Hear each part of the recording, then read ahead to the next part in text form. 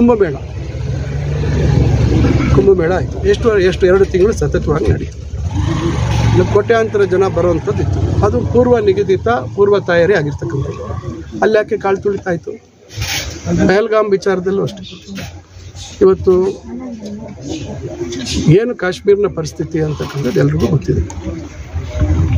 ಎಷ್ಟು ಜನ ಪ್ರವಾಸಿಗರು ಅಲ್ಲಿ ಬರ್ತಾರೆ, ನಿರಂತರ ನಮ್ಮ ಪಾಕಿಸ್ತಾನ ಸಂಬಂಧ ಯಾವ ರೀತಿ ಇದೆ ಅಂತಕ್ಕಂಥದ್ದು ಗೊತ್ತಿದೆ. ಈಗ ಅದ್ರ ಬಗ್ಗೆ ನಾವು ಎಷ್ಟು ಗೌರವಿತವಾಗಿ ನಡ್ಕೊಂಡ್ವಿ. ನಾವು ದೇಶದ ಸುಭದ್ರತೆ, ದೇಶದ ರಕ್ಷಣೆ ಮುಖ್ಯ ಅಂತ ನಾವು ಮಾತಾಡ್ತೀವಿ. ನಾವು ಯಾರು ಅಲ್ಲಿ ಪ್ರಧಾನಮಂತ್ರಿಗಳು, ಗೃಹ ಸಚಿವರು ರಾಜೀನಾಮೆ ಕೊಡಬೇಕು, ತುರಿ ಅಂತ ಹೇಳ್ತಾ ಇದ್ದಾರೆ. ಇದು ಸರ್ಕಾರ ಆಯೋಜಿಸಿರ್ತಕ್ಕಂಥ ಕಾರ್ಯಕ್ರಮ ಅಲ್ಲ. ಸರ್, ಈಗ ಸರ್ಕಾರ ವೈಫಲ್ಯ ಮುಚ್ಕೊಳ್ಳೋಕೆ ಪೊಲೀಸ್ ಅಧಿಕಾರಿಗಳನ್ನ ಅಮಾನತು ಮಾಡೋದು ಅನ್ನೋದು ಒಂದು ದೊಡ್ಡ ನೋಡಿ. ಇವತ್ತು ಸರ್ಕಾರದ ವೈಫಲ್ಯ ಅನ್ನೋದಕ್ಕಿಂತ ಇವತ್ತು ವೈಫಲ್ಯ ಅಂದರೆ ಯಾರು ಈಗ ಫೀಲ್ಡಲ್ಲಿ ಯಾರು ಕೆಲಸ ಮಾಡೋದು? ಈಗ ಫೀಲ್ಡಲ್ಲಿ ಯಾರು ಕೆಲಸ ಮಾಡೋದು? ಜವಾಬ್ದಾರಿ ಈಗ ಸರ್ಕಾರ ಸೂಚನೆ ಕೊಡ್ಬೋದು, ಇದು ಮಾಡಿ, ಈ ಥರ ಇನ್ನೊಂದು ಮಾಡಿ. ಅಂತಿಮವಾಗಿ ಕೆಳ ಹಂತದಲ್ಲಿ ಅದರ ಸರ್ಕಾರದ ಆದೇಶಗಳು ಅಥವಾ ಸೂಚನೆಗಳನ್ನು ಪಾಲನೆ ಮಾಡಬೇಕಾಗಿರ್ತಕ್ಕಂಥವ್ರು ಯಾರು? ಈಗ ಅಥವಾ ಆ ಅಧಿಕಾರಿಗಳು ಘಟನೆಗಳನ್ನು ನಿಭಾಯಿಸಲಿಕ್ಕೆ ಎಲ್ಲಿ ವಿಫಲ ಆದರು? ಇವೆಲ್ಲ ಭಾಳಷ್ಟು ಇರ್ತದೆ ಸರ್. ಯಾಕಂದರೆ ಅವರು ಸಲಹೆ ಕೊಟ್ಟಿದ್ದಾರೆ. ನಾನು ನಿಮ್ಗೆ ಪ್ರಶ್ನೆ ಕೇಳ್ತೀನಿ, ಕೇಳಬಾರ್ದು, ಆದರೆ ವಿಧಿ ಇಲ್ಲ. ನೀವು ಪ್ರಶ್ನೆ ಕೇಳ್ತಾ ಇದ್ರೆ ಕೇಳ್ತೀನಿ. ಕುಂಭಮೇಳ ಆಯಿತು. ಎಷ್ಟು 2 ತಿಂಗಳು ಸತತವಾಗಿ ನಡೆಯಿತು. ಕೋಟ್ಯಾಂತರ ಜನ ಬರುವಂಥದ್ದು ಇತ್ತು. ಅದು ಪೂರ್ವ ನಿಗದಿತ ಪೂರ್ವ ತಯಾರಿ ಆಗಿರ್ತಕ್ಕಂಥದ್ದು. ಅಲ್ಲಿ ಯಾಕೆ ಕಾಳು ತುಳಿತಾಯಿತು? ಯಾಕಾಯಿತು? ಅಷ್ಟು ನೀವು ತಯಾರಿ ಮಾಡಿದ್ರಲ್ಲ, ಅಂದರೆ ನಿಮಗೆ ಅದು ಗೊತ್ತಿಲ್ಲ ಅಂತ ಹೇಳ್ಬೇಕಾ, ಗೊತ್ತಿತ್ತು ನೀವು ಅದಕ್ಕೆ ಅವಕಾಶ ಕೊಟ್ಟರು ಅಂತ ಹೇಳ್ಬೇಕಾ? ನೀವು ಮುಂಜಾಗ್ರತೆ ಕ್ರಮ ತೆಗೆದುಕೊಂಡಿದ್ರಲ್ವಾ, ಹಂಗಾಗಿ ಯಾಕಾಯಿತು?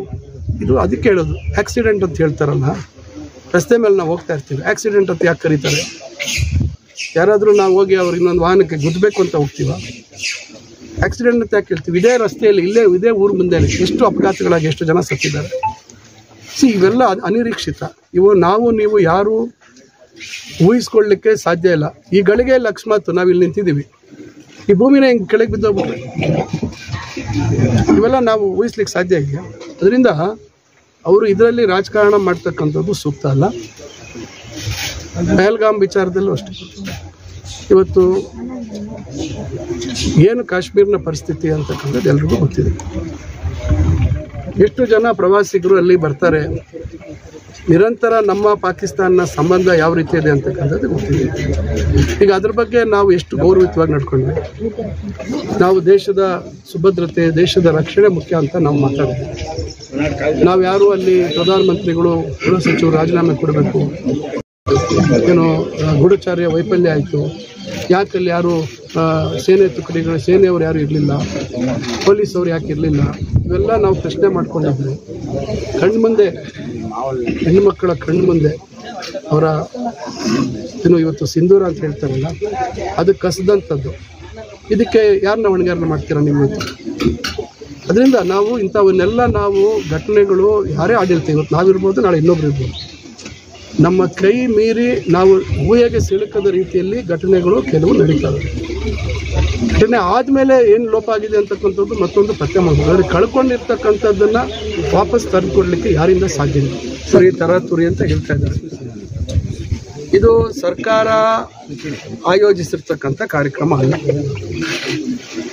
BJPಯವರು ಬೆಳಗ್ಗೆ ಏನು ಹೇಳ್ತಾರೆ, ಕಾಂಗ್ರೆಸ್ ಸರ್ಕಾರದವರು ಮೆರವಣಿಗೆಗೆ ಅವಕಾಶ ಕೊಡ್ತಾ ಇಲ್ಲ ಅಂತಕ್ಕಂಥದ್ದು ಹೇಳ್ತಾರೆ. ಕ್ರೀಡಾ ಪ್ರೇಮಿಗಳ ಕ್ರೀಡೆ ಬಗ್ಗೆ ಇವರಿಗೆ ಇದಿಲ್ಲ, ಇದು ನೀವೇ ನೋಡಿದ್ರಿ. ಈಗ ಈ IPL ನಡೆಯುವಂಥ ಸಂದರ್ಭದಲ್ಲಿ ಪಹಲ್ಗಾಮ್ನ ಒಂದು ಘಟನೆ ಆಯಿತು. ಅದಾದ ನಂತರ ಅದರ ಪರಿಣಾಮ IPL ಪಂದ್ಯಾವಳಿಗಳನ್ನು ಒಂದು ವಾರ ಮುಂದೂಡಲ್ಪಟ್ಟಿತ್ತು. ಇದರೆಲ್ಲರ ಪರಿಣಾಮ ಬಹುಶಃ ಇದು ನಾವು ಸಮಯ ಮತ್ತೊಂದು ಒಂದು RCB ಟೀಮ್ನ ಒಂದು ಅವರ ಇಚ್ಛೆ, ಬಹುಶಃ ಅವರು ಯಾರು ಈ ರೀತಿಯಾಗಿ ಘಟನೆ ಆಗ್ತಾ ಇದೆ ಅಂತ ಹೇಳಿದ್ರೆ ಯಾರು ಕೈ ಹಾಕಕ್ಕೆ ಹೋಗೋದು. ನಿರೀಕ್ಷೆ ಮೀರಿ ಇವತ್ತು ಗ್ರಾಮಗಳಲ್ಲಿ ಆಚರಣೆ ಮಾಡಿದ್ದಾರೆ. ಗ್ರಾಮಗಳಲ್ಲಿ ಪಟಾಕಿ ಹೊಡೆದು ಆನಂದಿಸಿದ್ದಾರೆ. ಈ ಮಟ್ಟಕ್ಕೆ ಬಹುಶಃ ನಾನು ಹೇಳ್ತಾ ಇದ್ದೀನಲ್ಲ, ಯಾವತ್ತೂ ನಾವು ಈ ರೀತಿಯಾದಂಥ ಒಂದು ಅದೇನು ಅಂಧ ಅಭಿಮಾನ ನಾನಂತೂ ಯಾವತ್ತೂ ನೋಡಿಲ್ಲ. ಅದರಿಂದ ಇದು ತರಾತುರಿ ಅನ್ನೋದಕ್ಕಿಂತ ಯಾರೂ ನಿರೀಕ್ಷೆ ಮಾಡದ ರೀತಿಯಲ್ಲಿ ಅಭಿಮಾನಿಗಳ ಉತ್ಸಾಹ ಮತ್ತು ಸ್ಟೇಡಿಯಂ ಒಳಗೆ ಹೋಗಲೇಬೇಕು ಅಂತಕ್ಕಂಥ ಕಾತರ, ಯಾರು ನಮ್ಮ ಮುಂದೆ ಇದ್ದಾರೆ, ಯಾರು ಕೆಳಗೆ ಬಿದ್ದಿದ್ದಾರೆ, ಏನು ಪರಿಸ್ಥಿತಿ ಅಂತಕ್ಕಂಥ ಯಾವುದೂ ಕೂಡ ಇವತ್ತು ಏನಾಗುತ್ತೆ. ಇವತ್ತು ನಾನು ನಿಂತಿದ್ದೀನಿ, ನನ್ನ ಹಿಂದೆ 10 ಜನ ಬಂದು ನನ್ನನ್ನು ಏಕಾಕಿ ತಳ್ಳಿಬಿಟ್ರೆ ನಾನೇನು ಮಾಡ್ಬೋದು? ಬಟ್ ಆದರೆ ಟೈಮ್ ತಗೋಬೋದಾಗಿತ್ತಲ್ಲ ಅಂತ. ಇಲ್ಲ, ಈಗ ನಿಮ್ಮ ನೋಡಿದ್ದೀರ, ನೀವು ಟೈಮ್ ತಗೋಬೋದಾಗಿತ್ತು. ಮತ್ತೊಂದಕ್ಕೆ ನಾನು ಹೇಳ್ತಾ ಇದ್ದೀನಲ್ಲ, ಯಾರು ಈ ರೀತಿ ಈಗ ಹೇಳ್ತಾ ಇದ್ದಾರೆ ಟೈಮ್ ತಗೋಬೋದಿತ್ತು ಅಂತ. ಈಗ ಟೈಮ್ ಕೊಟ್ಟಿದ್ರೆ ಹೇಳ್ತಿದ್ರು ಇವರೆಲ್ಲ ಇದನ್ನ ಬೇಕಂತ ಇದಕ್ಕೆ ವಿರೋಧ ಮಾಡ್ತಾ ಇದ್ದಾರೆ ಅಂತ, ಇದಕ್ಕೆಲ್ಲ ಅಡ್ಡ ಮಾಡ್ತಾ ಇದ್ದಾರೆ, ಬೇಕಂತ ಇದು ಮಾಡ್ತಾ ಇದ್ದಾರೆ ಅಂತ ಹೇಳ್ತಾರೆ. ಈಗ ಅದ್ರ ಬಗ್ಗೆ ಹೆಚ್ಚು ಟೈಮ್ ತಗೋಬೋದಿತ್ತು. ಮತ್ತೊಂದು, ಈಗ ಭಾಳಷ್ಟು ಜನ ದೊಡ್ಡ ದೊಡ್ಡ ನಾಯಕರು ಹೆಲಿಕಾಪ್ಟರ್ ಅಪಘಾತ ಮತ್ತೊಂದರಲ್ಲಿ ಆಗಿದೆ. ಏನು ಹೇಳ್ತಾ ಇದ್ವಿ ನಾವು ಅವತ್ತು? ಹೆಲಿಕಾಪ್ಟರ್ ರಿಪೇರಿ ಇತ್ತು, ಹೋಗದಿದ್ರೆ ಚೆನ್ನಾಗಿತ್ತು, ಬದುಕ್ತಾ ಇದ್ರು ಅಂತ. ಹೆಲಿಕಾಪ್ಟರ್ ರಿಪೇರಿ ಆಯಿತು, ಹೋದ್ರು, ಅನಾಹುತ ಆಯಿತು. ಈ ರೀತಿಯಾಗಿ ಪ್ರಶ್ನೆಗಳನ್ನು ನಾವು ಹಾಕ್ಕೊಳ್ಳೋವಂಥದ್ರಲ್ಲಿ ಅರ್ಥ ಇಲ್ಲ. ನಾನು ಹೇಳುವಂಥದ್ದು ಇವತ್ತು ಅಮಾಯಕ ಮುಗ್ಧ ಯುವಕರ ಯುವತಿಯರ ಪ್ರಾಣ ಕಳ್ಕೊಂಡಿದ್ದಾರೆ. ಈ ಸಂದರ್ಭದಲ್ಲಿ ನಾವು ಅವರಿಗೆ ಜೊತೆಯಲ್ಲಿ ಇರ್ತಕ್ಕಂಥದ್ದು, ಅವರಿಗೆ ಧೈರ್ಯ ತುಂಬತಕ್ಕಂಥ ಕೆಲಸ ಮಾಡಬೇಕು, ಆಗೋಗ್ಬಿಟ್ಟಿದೆ. ಈಗ ಇದೆಲ್ಲ ಮಾತಾಡೋದ್ರಿಂದ ಕಳ್ಕೊಂಡಿರ್ತಕ್ಕಂಥ ಜೀವಗಳು ವಾಪಸ್ ಬರುತ್ತೆ ಅಂದರೆ ದಯವಿಟ್ಟು ಚರ್ಚೆ ಮಾಡಿ, ತೊಂದರೆ ಇಲ್ಲ.